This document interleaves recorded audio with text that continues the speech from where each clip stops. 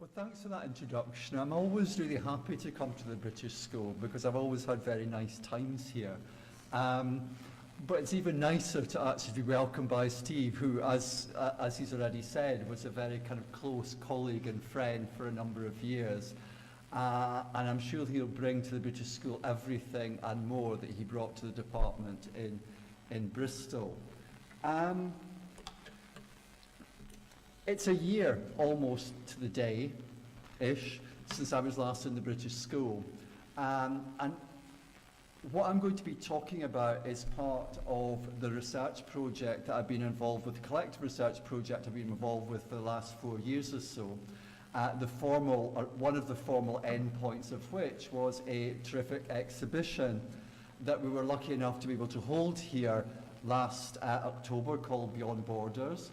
It was an augmented reality exhibition, so highly digital, not many things.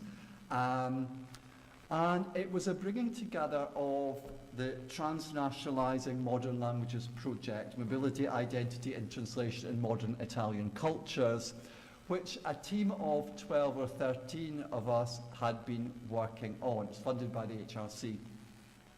What the project was about, had two strands. I'll focus on the main kind of intellectual content strand first, really, was looking at traces, really, of Italian emigration from 1870, from the date of unification, pretty much to the present day on a global scale. So it was quite ambitious, really, in its purchase, in its desired reach. We had researchers working in Scotland, Wales, England, Germany, Ethiopia, the United States, Australia, Argentina, Chile, Uruguay, Brazil, and in Italy itself. So really trying to have a kind of global reach without obviously going for an entirely comprehensive survey, because we certainly weren't trying to survey this phenomenon at all. What we were interested more than anything was to look at, I suppose, two things. Individual subjective or collective identifications with Italy, particularly in 4th, 5th, 6th generation Italians who may no longer have any direct, who may never have been to Italy, who may no longer speak any form of the Italian language, but who carried an emotional, a very strong emotional attachment to Italy, and would very often refer to themselves as Italian, if questioned in some sense. We thought that was a really interesting phenomenon. And we were interested in the phenomena, the cultural phenomena which attended such kind of imperious forms of identification, whether it was film, novels, sort of like formal articulations of cultural production, or whether it was just stuff that people actually had at home, whether it be family albums, whether it be objects, all these kind of things which on a haptic level, on the level of feel, somehow brought them into contact with Italy. And the exhibition, which I say was largely a translation, and cultural translation has been one of our kind of abiding interests, and what that actually might mean, how we might think about it and how we might theorize that, was translated into digital form. But what was really interesting, and one of the ways in which it relates to what I'm going to say today, was the two curators of the exhibition, who were outside the core research team, took all the stuff that we'd gathered together from these different sites, and they reinterpreted it, they remediatized it, they reimagined it, and brought it all together as a kind of collage of our efforts. Now, one of the things that didn't do was provide some kind of continuous, coherent narrative from 1870 to the present day, which was a great thing because that was never our intention. What it also did was allowed what apparently seemed to be very disparate experience, things that had happened to people in Chile or Australia, or people who've been left behind in Italy, to have these experiences visually brought into conversation with each other. So there's no question of there being a geographical centre. Italy wasn't really the centre because most of the stuff didn't come from Italy. So it was kind of doing all sorts of things, not least it was re-articulating a notion of Italian identity and a notion of Italian culture from outside of the peninsula. So Italy was no longer the focus of us Italianists, it was a globalised version of Italy and Italian culture. And we felt that That was a very important thing to do for various reasons, and I'll come on to those reasons perhaps later. But it ties in very much to what I'm going to be saying today. I'm going to be looking at, I would say, probably the reception of the Scots-Italian pop artist, sculptor, ceramicist, textile designer, and so many other things, Eduardo Paolozzi, under the rubric of transnational belongings. And just to define my terms slightly, I mean belongings both in terms of emotional affiliations, but also in terms of possessions of stuff, of things. It's been a keystone of our project never to define the term transnational, because we find that level of definition isn't entirely helpful. But I will give you an insight into what we understand as not being. I've got a new colleague in St Andrews who's not quite arrived yet, and he's currently, I think it's at St John's in Kings. And after he was appointed, we discovered that he was a great one for tweeting. And he tweets on a very regular basis about his quotidian dilemmas. And one of his dilemmas about a fortnight ago was he turned on the television to watch University Challenge. You may or may not know that programme. It's a kind of UK quiz programme between universities. And to his absolute horror, and I don't think he was entirely ironic in his tweet, he discovered that St Andrews, his new institution, was pitted against St John's, his current institution, and he didn't know which team to support. Now, it's precisely that kind of either-or, that kind of retention of a binary form of identity, of identification, which we are not at all about.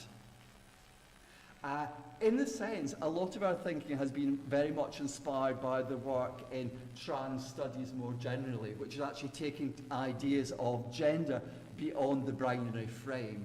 And certainly when I'm talking about Eduardo Paolozzi as an Italian Scot, I don't want to retain that binary, because I want to think of Eduardo Paolozzi and his work and how people are responding to his work as being something beyond the binary, and also something which is not both. My new colleague solved his dilemma by deciding he was going to support both teams. What on earth that could possibly mean in reality, I don't know. But we're not both either. So it's not either or, and it's not both, it's something else. And that's what I hope to articulate, both by looking at aspects of Paolozzi's work, but also more particularly the reception. What I'm going to present today is articulated in two phases. I'm going to read a bit, which is the more formal bit, which is focused on the writing of Paolozzi and how he saw himself as an Italian Scot. Then speak more informally about some of the original artwork which has been generated as part of our project. But just to start off, just to give you an insight into the complexity of Paolozzi himself and the two realms that he inhabits. One of the most successful products to be launched on the Edinburgh food and drink market in the last couple of years has been Paolozzi Lager. The Edinburgh Beer Company very self-consciously decided, because Edinburgh is sort of quite hip and trendy in some respects, that the hip and trendy bars of Edinburgh needed a new product, but they needed a new local product. So they did some research and decided that Paolozzi would be very marketable, both in terms of the name, because it's a bit foreign as well as just being Edinburgh-based, but also Paolozzi's sense of design, of the graphic, actually gave the Edinburgh Beer Company a huge palette from which to kind of market his work. So Paolozzi Lager has been, and particularly this kind of blue motif, has been very widely touted and is a very recognisable part of the Edinburgh urban landscape. Just last year, they added a second Paolozzi-inspired beer, a kind of beer on a lager this time, called Bunk, Edinburgh Brown. Bunk was actually the title of a lecture that Paolozzi gave at the ICA in London. You actually got to know a lot about Paolozzi to actually appreciate all this stuff. Gave at the ICA in London in 1952. And in it he presented a series of what he called collages, and I'll give you an example of them in a minute, which were kind of like cuttings, really scrapbook cuttings of different American, Hollywood, popular cultural images, all brought together in very kind of interesting, incongruous, and actually, to our eyes, very familiar juxtapositions. So there's also a retro feel to his collages now, which at the time were debunking the certainties of the English artistic establishment. Because by 1952, Paolozzi was very well established on the London art scene. But for those of you who don't know much about Paolozzi, I'm going to show a short video, just to give you, it's a really brilliant video, made by Daniel Harmon, who curated a kind of Paolozzi retrospective at the Whitechapel Gallery in London this year. And it's got lots of images of Paolozzi's work, the sheer variety of Paolozzi's work, but also what Herman says actually is a very good introduction to some of the things that I want to kind of like pick up on.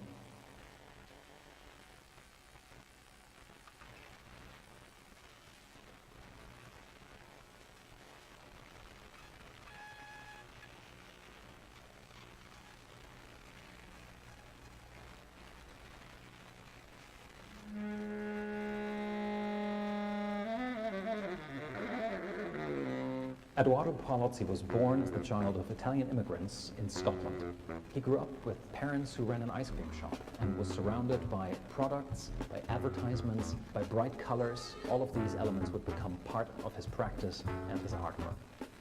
In 1952, Eduardo Paolozzi fired the opening salvo of the British pop art movement. He gave a lecture in front of the independent group at the ICA, the Bunk Lecture, which really appropriated found material, popular culture, and magazine cut-outs, including adverts, to be displayed in a public forum for the first time.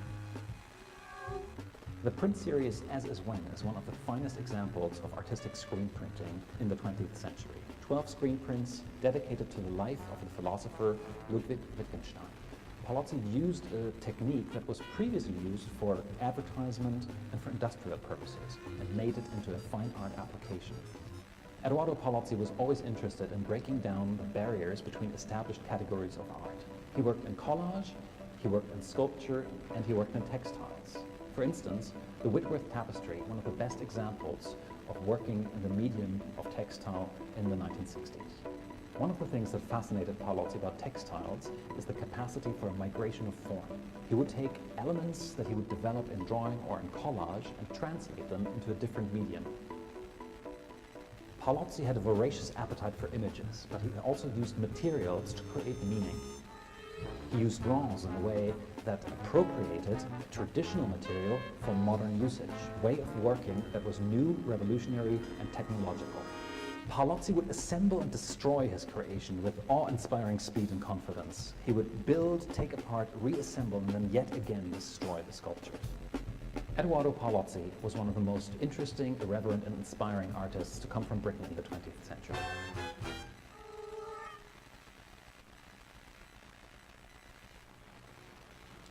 Okay, so I think that gives quite a good overview of the sheer range and vitality of Paolozzi's work. But a couple of terms that I want to pick up on that Herman uses in his brief overview are very resonant for my work. He talks about migration, he talks about translation, he talks about intermediality, and right at the start he mentions the fact that Paolozzi was born in Edinburgh of Italian parents. Now, if you look at any book or any article on Eduardo Paolozzi, you will hear exactly that same introductory narrative. And actually, I'm going to go on about that quite a lot just now. But no one ever reflects critically on what that claim to origins actually means. It sort of serves almost as a sensationalizing frame for the work of the artist. But it's never actually explicated why it's there. And actually some of the questions that I'm going to ask are really quite old-fashioned literary questions about authorial biography. Not that I want to attempt to answer them, but just really question what work this insistence on Paolozzi's Italianness, particularly the specificity of being the son of an ice cream maker in Leith, what that work does. So my key research question, I suppose, is what does it mean to be born in Leith?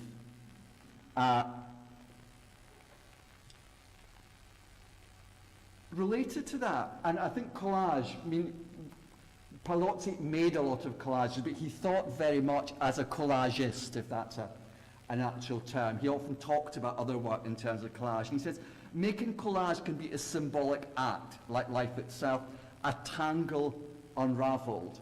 Now, one of the things that strikes me about this particularly, that struck me particularly, is because I'm really interested in the work of both Ray Chow and Michael Rothberg, who talk about entanglement as a mode of understanding historical events and historical relationships. So the idea that collage, which we actually see as being something normally which is quite flat, in which items, single images or things are dismembered and torn apart, to actually see that as an entanglement rather than a disarticulation, for me was something which was very interesting to actually think about. He said, all human experience is one big collage, and he also said, he talked about the sublime in the everyday. And the sublime in the everyday is actually the hook which Paolozzi Lager have used to market their project. And it's to go back to our own Transnationalizing Modern Languages project, what we were interested, particularly as I said before, was culture translation in terms of everyday practice. So a lot of kind of Paolozzi's consensus focus on everyday thrown away objects were very, very resonant for me in my work. So here is a representation, if you like, of Paolozzi's origins. He was born in Leith, which is part of Edinburgh, in 1924. His mother and father ran an Italian ice cream saloon. It wasn't this one, but this picture was taken in 1924. So kind of, it sort of worked.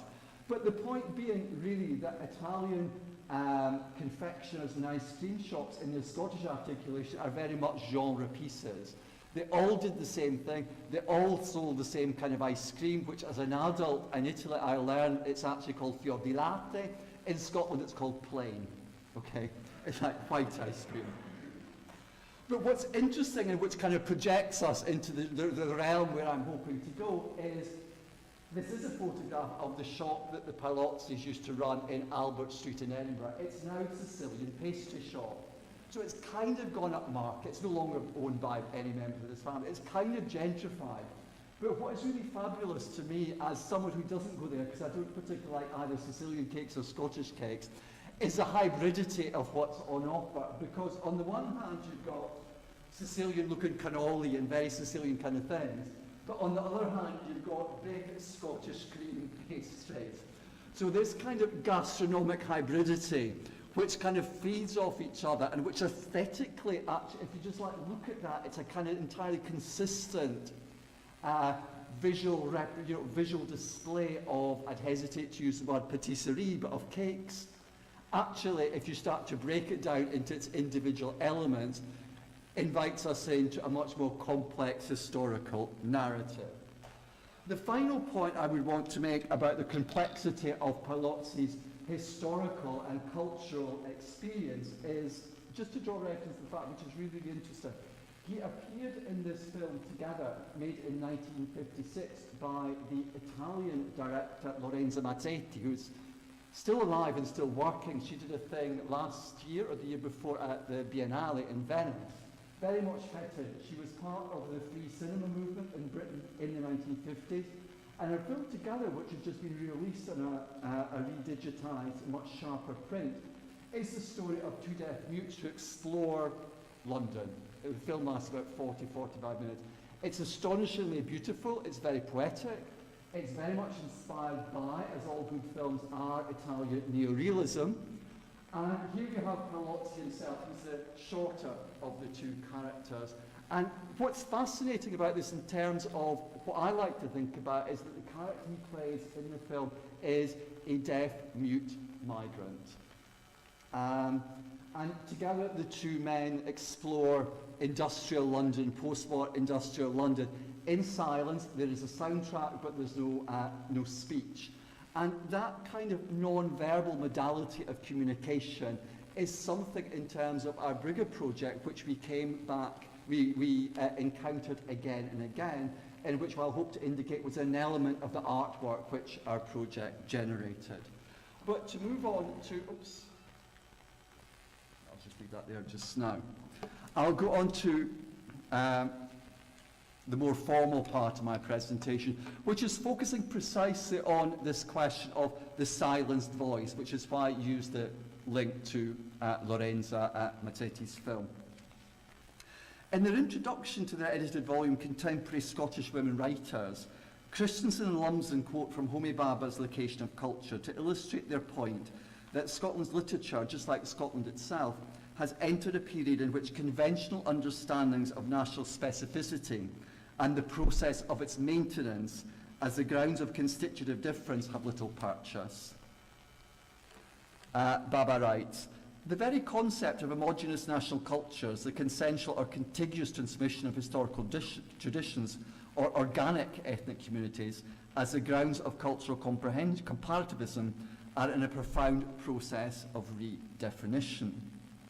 And I suppose it's this idea of organic ethnic community which I feel really touches on how we understand Paolozzi and his contribution to Scottish, Scottish-Italian, Italian-European global culture. Bhabha's formulation challenges practices of comparative cultural criticism by calling into question the coherence of the nation as its foundational term. The work of redefining the nation engages practice and identity across politics, geography, culture and language. The explicitly comparative work Bhabha refers to requires an analysis of how cultural activity that occurs within Scottish national space is most usefully understood as part of a network of global movement and interconnectedness. The resultant configuration of national space dislodges the imperious biopolitical implications of the organic in favour of dynamic practices and modalities fostered by the contingencies of demographic displacement and the genealogical twists of multiple inheritances. The assumption that language and nation are coterminous is no longer tenable in a global economy so clearly marked by human mobility and cultural diversity. The inescapable visibility and audibility of contemporary migratory movements have intensified claims of national particularity and feelings of entitlement, yet simultaneously have fostered the understanding that cultures are porous entities and that space is constructed through complex practices of communication. In itself, the recognition of human and cultural movement does not offer a response to the question of how to work with the notion of a national culture, which draws its energies from a restrictive sense of ethnic tradition as well as the shaping pressures of the present. Eduardo Paolozzi, 1924 to 2005, wrote, because he also wrote as well as producing artwork, at the intersection of post-colonial but also transnational fractures of identity and belonging at different moments in 20th century Scottish history. His biographical writing gives voice to experiences of cultural mobility, figuring it through a never-seamless intergenerational mode of cultural communication. His work becomes an exploration of cultural memory beyond the frame of the national, engaging the divergent but touching histories of economic migration and colonialism. In biographical terms as well as artistic terms, Paolozzi is difficult to place, and the implications of this difficulty are at the heart of what follows. While he can't conventionally be placed as a migrant, he wrote out of the experience of global economic mobility. Born in Edinburgh to Italian parents, he had a strong sense of growing up in two cultures. After World War II, he moved to Paris and spent much of his life in Europe and the United States. Although he did write, as I've shown, he was mainly known as an artist and sculptor, working in a range of media which expressed his fascination with the modern world and its technology. The later part of his career saw him produce a number of significant pieces of massive public art. He spent a lot of his life outside Scotland, an elected displacement which is figured indirectly in his work. Paolozzi writes about his family's experience of mobility and their own place in these circuitous histories.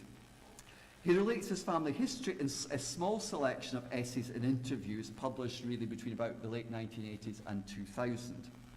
The geographical reach of his narrative is significant, but his stories are also about race, religious difference, and other forms of belonging and marginalisation. His work is about the expression of these differences, and as such is also about the effective charge of inhabiting multiple languages. He wrote primarily in Standard English, yet the writing bears an inflection or accent of other languages. These other languages are self-consciously managed in what might be called, and I use Loredana Paolozzi's term here, non-linear processes of translation. She talks about these non-linear processes of translation, particularly self-translation, as a way of thinking about migrant writing, which doesn't just write about mobility and the issues of settlement and resettlement, but figures that transition, that dislocation, through the altered structures of linguistic performance. So form is actually inherent. The fractured nature of the form is inherent to the expression. Paolozzi grew up in the port of Leith, quite close to the centre of Edinburgh. His parents owned a sweet shop making and selling ice cream. His maternal grandparents lived nearby, and they did the same thing. He attended the local Protestant primary school, which he'd fond memories of, and later a Catholic secondary school, which he claims to have hated.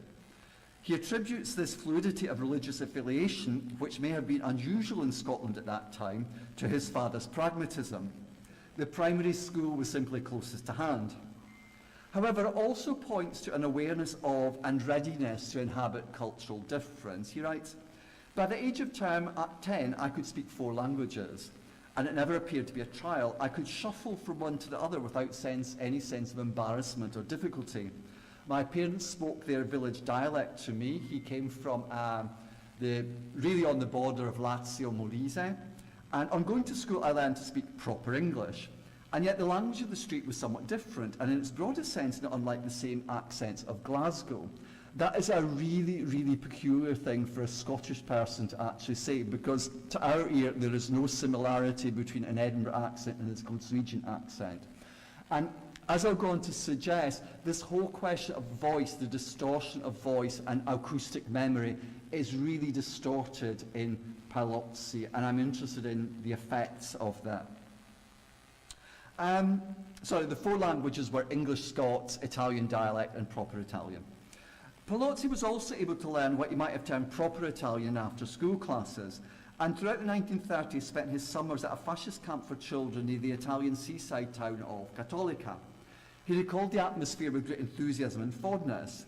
He says, "I was glad I was sent. It was a real experience to see another culture." What constitutes another culture for this Scots-Italian is never explicated. His trips to Italy, though, seem to have offered some respite from being Italian in Britain. He writes, "The Italians in Britain were considered strange and inferior, but when you got to Italy, you were a prince." The end point of Paolozzi's memorial fragments is the immediate aftermath of June 1940, when Italy entered the Second World War. Many Italians resident in the UK were arrested and interned. Paolozzi himself was held for a short time in Saughton Prison in Edinburgh. His father, grandfather and uncle were to perish on board the Arundel Star, a former luxury liner torpedoed on July the 2nd, 1940 by a German U-boat as it transported Italian, but also German and Austrian internees from Liverpool to the white settler colony of Canada. Paolozzi's family history of migration in this sense becomes inseparable from the geography of British colonialism. In his essay about the fascist holiday camps, Paolozzi mentioned his father's arrest. He says, "I never saw him again after that." In a piece from which effective language is not absent, this lapidary summation bears witness to the silencing of one of the many accented voices aboard the Arundel Star. Paolozzi's memories are marked by further instances of cultural amnesia or silence. Recalling his summers in Italy, he remembered the Italian songs he learned and has since forgotten. He says, "I used to know all the words." Poignant or otherwise, his statement marks the end of fascism's project of cultural transmission, heartily endorsed by Paolozzi's father, which had clearly been aimed at making Italians.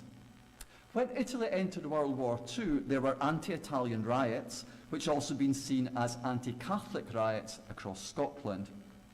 The family shop, a focal point for the local community, was ransacked. He writes, "In very little time, this world which existed for a decade was reduced to splintered wood and small pieces of broken glass." The shattered world, which Paolozzi so lovingly describes, is one of the split geographical coordinates of his family, through which his family had merged. His parents made ice cream for their Scottish customers while retaining many of the daily practices of their native village. There's a biocultural dimension to his recollection when he writes, "If only by osmosis, by the age of 16, I had become an expert cook of Italian regional cooking, and very proficient, as good as my father, at making ice cream." At the same time, he was an avid cinema goer, collecting images of Hollywood stars as well as cigarette cards, garishly expressive of British popular culture, as we've seen in the pop art. His father also made radios, a skill Paolozzi traces back to the experience of compulsory military service in Italy, writing that this military service was often a period of enlightenment for the underprivileged boys from the mountain villages.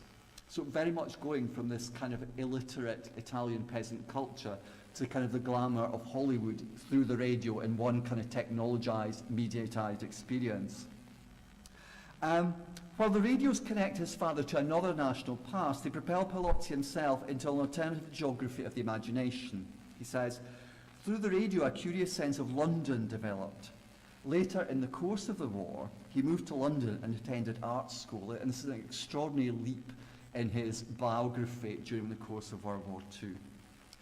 Paolozzi's remembrance of his childhood is marked by a profound sense of loss and perhaps mourning. The place of his childhood had also vanished. Leith, he writes, it's a society that disappeared." Now, you could argue that both in terms of the urban infrastructure of Edinburgh and the socio-economics of that area, the stability of its demographic, it hadn't disappeared at all. Here we've got a kind of rememorialization, which is really telling us something about his sense of alienation, his sense of loss from that period. His lamentation is for a particular kind of Scottish working class community, which ironically accompanies the destruction of the Italian shops in the riot. And he says that for decades had been a crucial part of the Scottish street and social life. His massive public sculpture from 1991, the manuscript of Monte Cassino, situated outside St Mary's Cathedral in Edinburgh, not far from where he grew up, bears witness to the destruction of his parents' village in the war, but also recalls the lost spaces of his childhood. He wrote, "On the site I can see these very parts of the landscape, the backcloth of my childhood. A great deal has disappeared, which makes it a privilege to add something significant to what might have been an urban gap." Paolozzi's family history is fissured by gaps and lost voices. Although Paolozzi's talent was recognised early and he received great acclaim throughout his career, a sense of marginalisation persisted. Even towards the end of his life, a friend and art historian, Robert Spencer, would remark, for all the honours he has been awarded, Paolozzi still feels Italian and an outsider. Curiously, one of the material signs of this marginalisation or difference appears to have been erased, or at least muted, quite early on. His close friend Raymond Mason remembers getting to know Paolozzi during the war.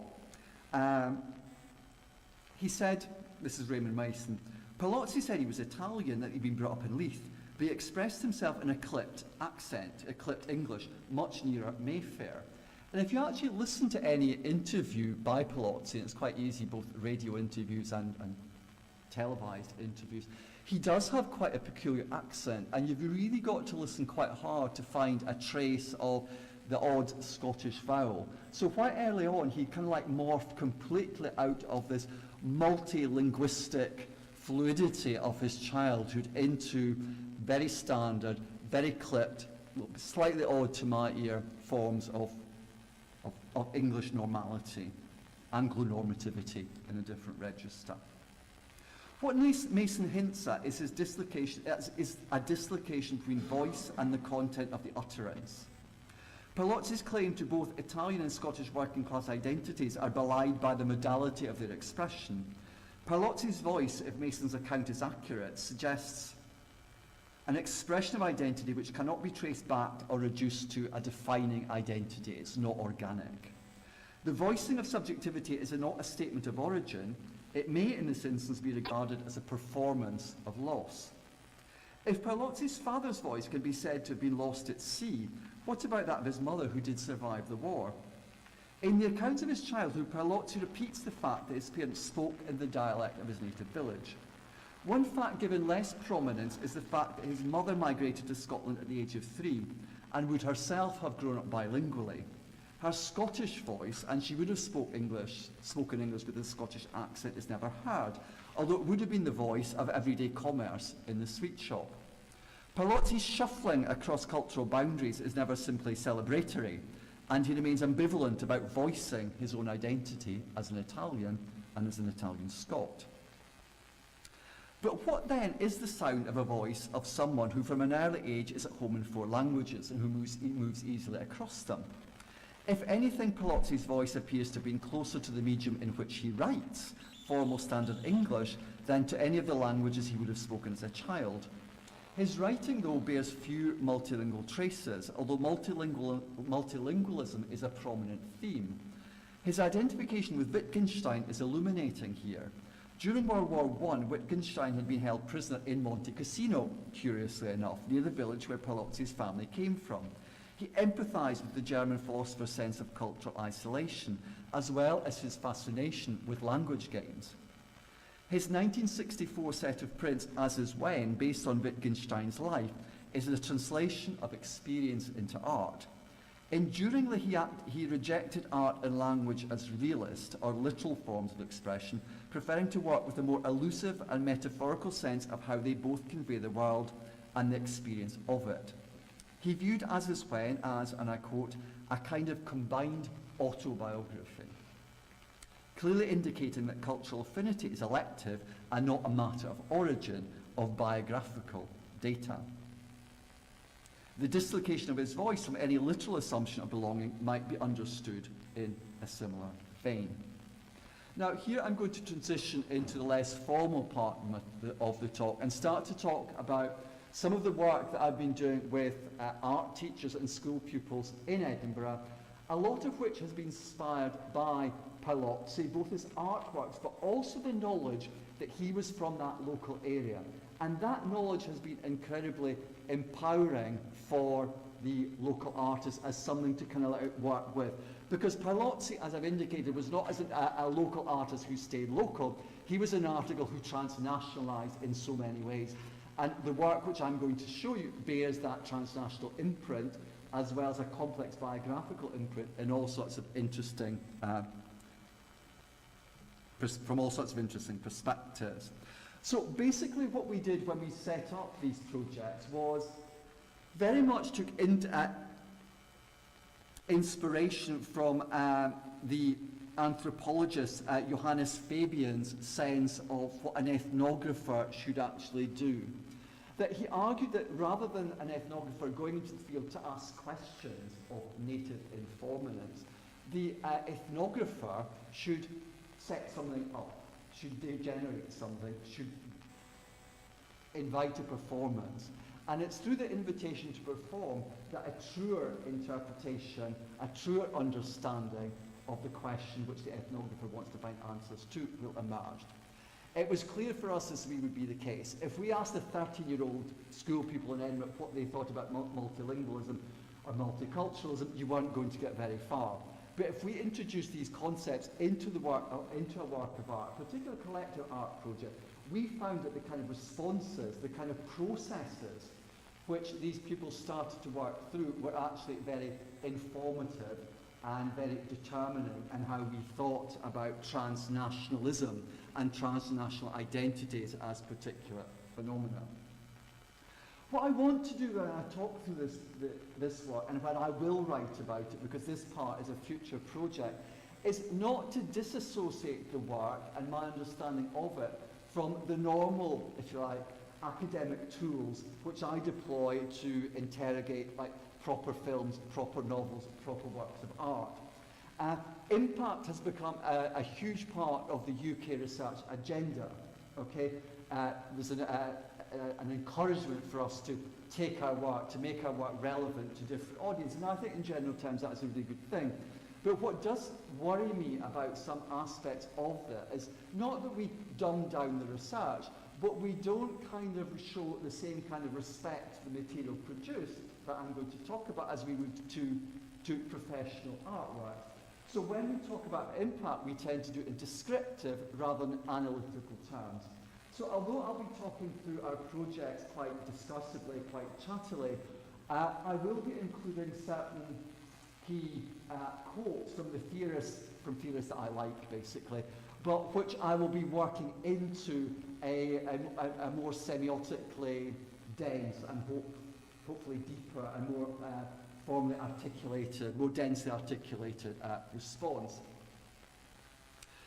The heartbeat of contingency comes from an essay by Eve Sedgwick on reparative reading. Now, this was really quite an interesting essay by Sedgwick because up until that point in her career, she was one of the founders of queer theory, if we want to situate her in those ways. She'd been what she would have called a paranoid reader. So looking for examples of homophobia, misogyny, of racism or whatever in any text. And obviously you find what you look for. Reparative reading is something which is much more generous, which looks for other moments of understanding, of communication in a text. So rather being always proven right because you know that X is going to be racist, you can actually read it in a slightly different way, in a reparative way, which is not consolatory and which is not sentimentalized. And I hope in what I say I don't sentimentalize some of the artworks because that is something I kind of want to resist, although I do feel a sentimental attachment to them and to some of the people, not all of them, who made them. But the heartbeat of contingency is a phrase that Sedgwick uses to explore both the physicality of the reparative reading process, the emotional attachment that one may have to a book or an artwork, but also its contingency, the fact that very often the books that we read, the films that we see, the artwork that we come across are based on happenstance, the things we contingency where we happen to be. It's just like quotidian stuff. So I've been working with two schools primarily in Edinburgh. We'll be talking about one of them particularly, the school Castlebrae. It's a school which is situated in an area of multiple deprivation. It's only about 2 kilometres from the centre of Edinburgh. At least half the kids at the school have never been into the centre of Edinburgh. So their cultural contact with the outside world is very, very limited. As a result of this, expectations of these kids has generally been quite low. The type of education you get verges, I wouldn't say on the vocational, but certainly things like languages are not subjects which are given any kind of prominence in the school because they're deemed not to be relevant. What would be relevant, I don't actually know. But actually, our project with these kids has been fabulously successful by all accounts. Now, the broad overarching project is called Castlebrae in the World, and we very much took inspiration from, and these are the art teachers who took inspiration from the project. What they wanted to do was to encourage their pupils to actually see themselves as global citizens, and that's a very kind of cliche term, but imagine a place for themselves in the world. Imagine if these kids have barely been into the centre of Edinburgh, which is 2 kilometres away. Their even imagined relationship to the rest of the globe can be quite tenuous and quite vague. But working through ceramics, this is a brilliant choice by Julie Philp, the art teacher who actually came to the exhibition here last year. To work in ceramics rather than any other medium was absolutely inspired because the tactility of the clay actually allowed pretty much all the pupils who engaged in this project some way of making something, which kind of like drawing or some other artistic techniques which require more skill or more technical ability actually didn't do. I'll go through these projects in no particular order. Castlebrae is also a community high school. That means that adult learners come in the course of the day and do different classes. We had the idea that it would be really interesting to bring together the Edinburgh School pupils with a group of English ESOL learners, students who were adults who were coming into the school to learn English. So they were a very diverse group of nationalities and spoke a whole diversity of different languages, from Arabic, Spanish, Polish, Mandarin, Urdu. And what they did, what the project was to work on ceramic tiles which expressed in some way their sense of cultural diversity. We certainly didn't invite them to bring Scottish and their culture of origin together. Some of them chose to operate in that way. So what we've got here is a kind of Scottish bagpipe player and a kind of Highland cow, along with, I think there are 3 different countries in this tile. There's Scotland, the Czech Republic and Poland, which is quite interesting. We certainly didn't invite students to kind of like directly compare national culture. We just wanted them to explore cultural difference, their sense of cultural identity through these ceramic tiles. This one is one which combines, really quite interestingly, Arabic, Moroccan and Spanish culture. So the Scottish dimension, other than the fact that the ceramic tile was actually made in Scotland, is completely absent. So the kind of stories, the affiliations which we actually perceived through these tiles was completely unexpected and completely different. What was really terrific, though, was the way in which skills were shared. As it happened, the Scottish school pupils tended to have been taught various techniques first, and then they were tasked with actually passing the techniques on to the adult learners. But as the relationship developed, and because they were adults rather than children, the adult learners started to assume certain responsibilities for teaching back to the school kids. So that was a really interesting and very unexpected dynamic exchange which occurs in this process.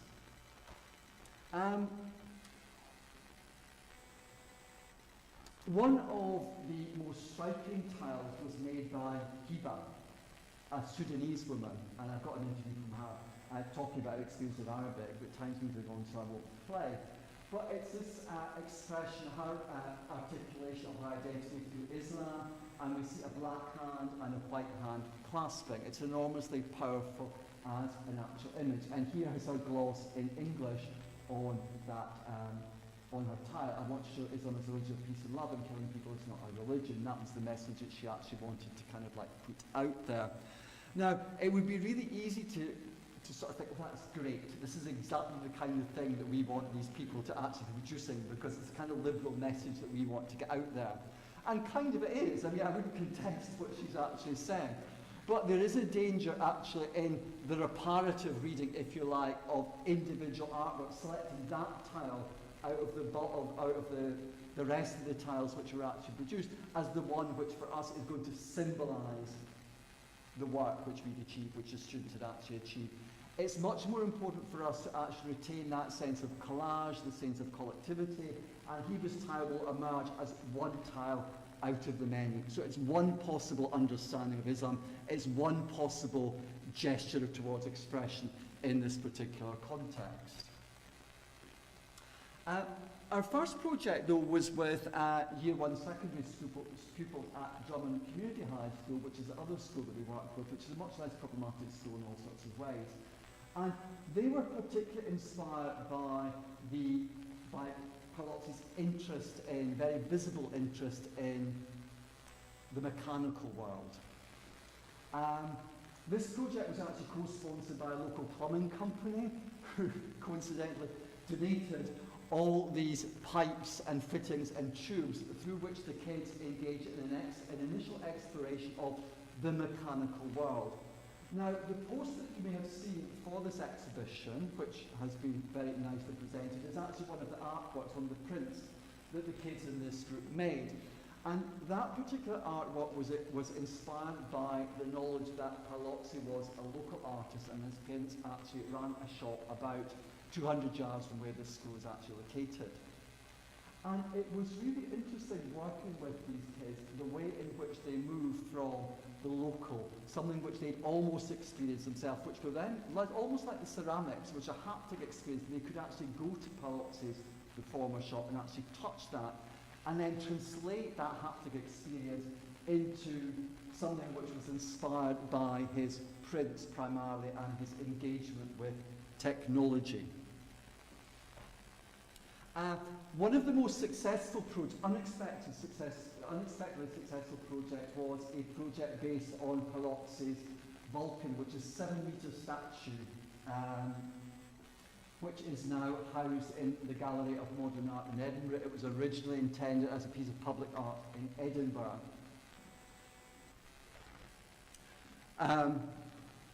The picture on the left, coincidentally, there's a maquette of Vulcan in the art gallery in St Andrews, so I just put that there as another heartbeat of contingency to think about.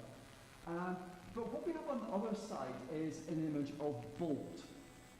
In this school, which has got really quite low educational levels of attainment anyway, there was a group which is actually taught outside of the curriculum called the Young Achievers, and they were all boys who really didn't achieve anything whatsoever, and low levels of literacy were really virtually non-existent, all sorts of kind of learning problems and social problems.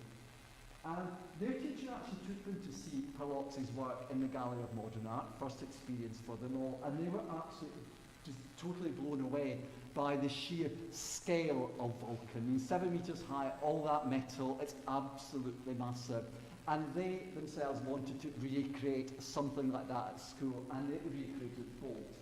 Now, Bolt is not 7 meters high, he is about 3 meters high.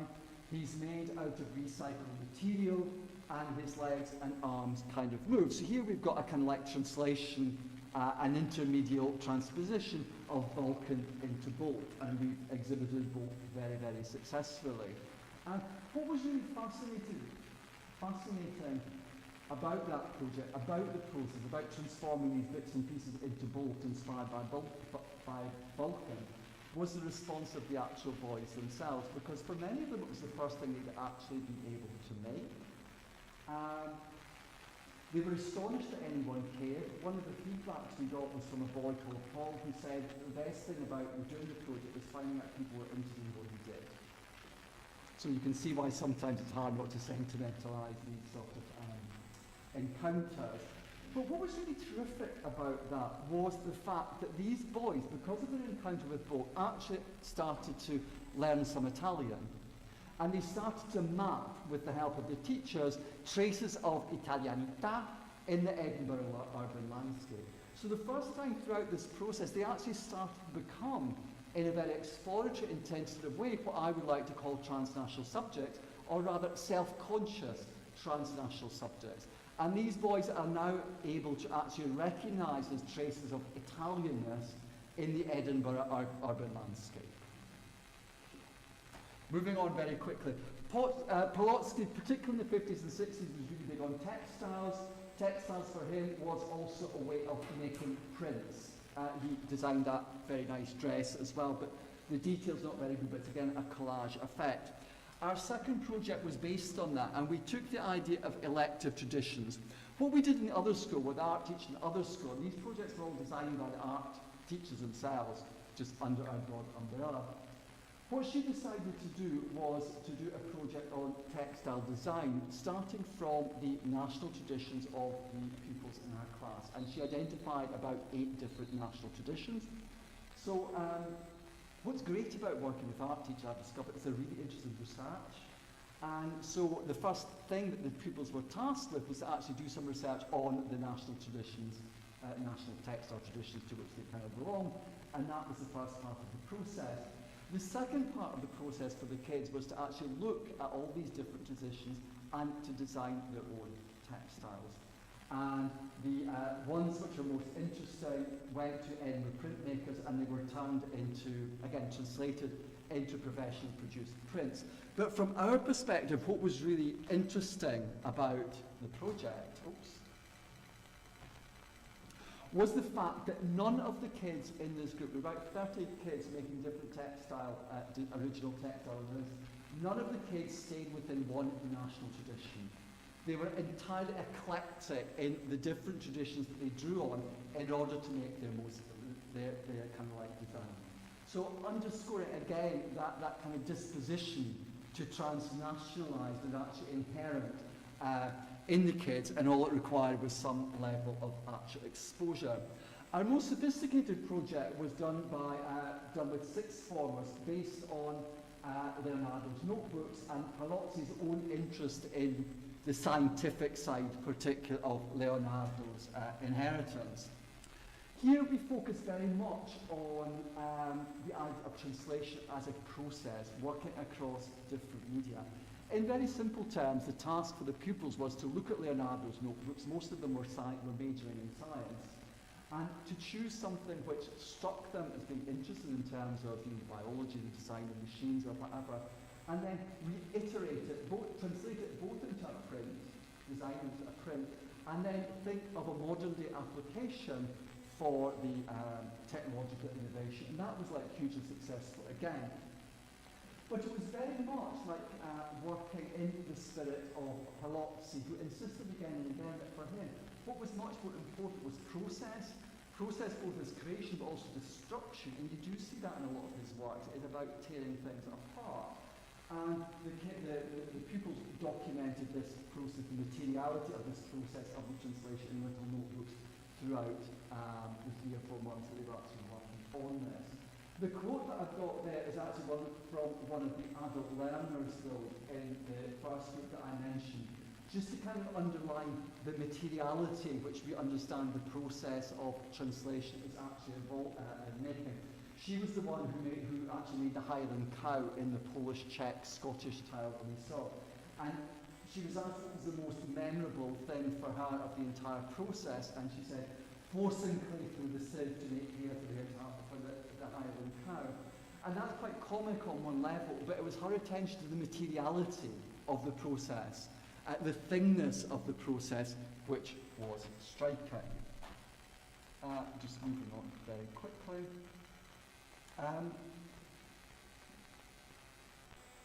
One of the places that I want this to take my part of the research project to is a kind of rethinking of, or an extension or reworking of Leonie and Shumei-Shi's notion of minor transnationalism. Very often transnationalism is used as a kind of synonym for things like globalization, or in a different vein, cosmopolitanism. But what minor transnational subjects in the articulation of Leonie and Shumei-Shi refers to are those unexpected crossings which many people actually make from one place to another and back again, which are not offered the grandiosity of a hegemonic narrative. For example, the hegemonic narrative of Italian emigration is probably the one to the United States, because it's been so richly documented and richly imagined on screen. What I'm interested in thinking is not just about the Italian experience of migration to Scotland as being an instance of minor translation, minor transnational creation, minor transnational subject, but the effect that has had on Scotland itself. Because one of the most interesting things that we kind of discovered in working with all sorts of different groups on the production of these different in these different art projects is the level of engagement, which completely dislocated any sense of self-identity from a so-called organic national identity. So Paolozzi's experience, eclectic experience of drawing into different traditions, was, from our perspective, very much replicated in the way in which the pupils and adult learners were operating once they actually were invited into a more open field. And I will close partially with two conclusions, the conclusion of this bit, with a quote from Eve Sedgwick.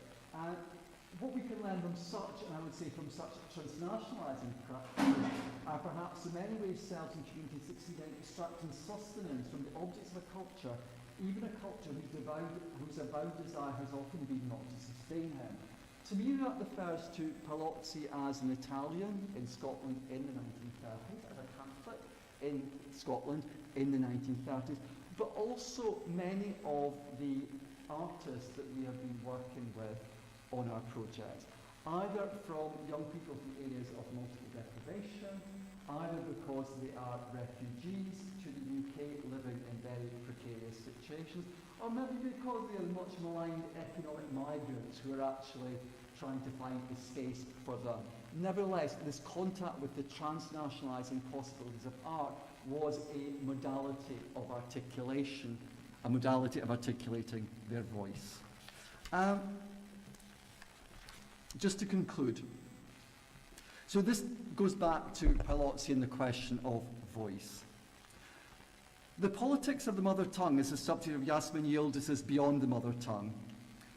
She takes issue with the political investment in the notion of the mother tongue, the possession of which allows, and I quote, individuals and social formations to be organically linked to an exclusive, clearly demarcated ethnicity, culture, and nation. Echoing Baba's use of the term organic, she's particularly critical of the view that the mother tongue is necessarily the sole vehicle of affect and emotion. While recognising that this indeed may be the case for some, for others, she contends, it's also the site of alienation or detachment. Yildiz' conclusion to her work is resonant for an understanding of how Paolozzi puts pressure on the linguistic diversity of his familial inheritance. Multiple origins, relations and emotional investments are possible and occur daily. This means that we need to reimagine subjects as open to crisscrossing linguistic identifications, if not woven from the fabric of numerous linguistic sources. Languages do indeed relate to identities, but not in any predetermined, predictable way, so not organic. Michael Rothberg discusses the effort to bring together diverse personal and collective histories in order to understand better their effective and political modalities as an archaeology of the comparative imagination. This archaeology is not primarily about fact-finding, so to go back to Fabian's idea, it's not about getting information, but works through an intense engagement with the process of inquiry. Paolozzi's use of collage as an expressive medium may be traced to his adolescent enthusiasm for cutting out and collecting the images of American popular culture. Paolozzi uses their work and the medium in which they work as a means to remember the complexities of his family inheritance, genealogies which appear singular in their detail, but which depend on broader patterns of human mobility, where Scotland is both destination and point of departure. In different ways, Paolozzi and the artists that we've been working with offer what Arjun Apparai has called materials for a post-national imaginary. Thank you.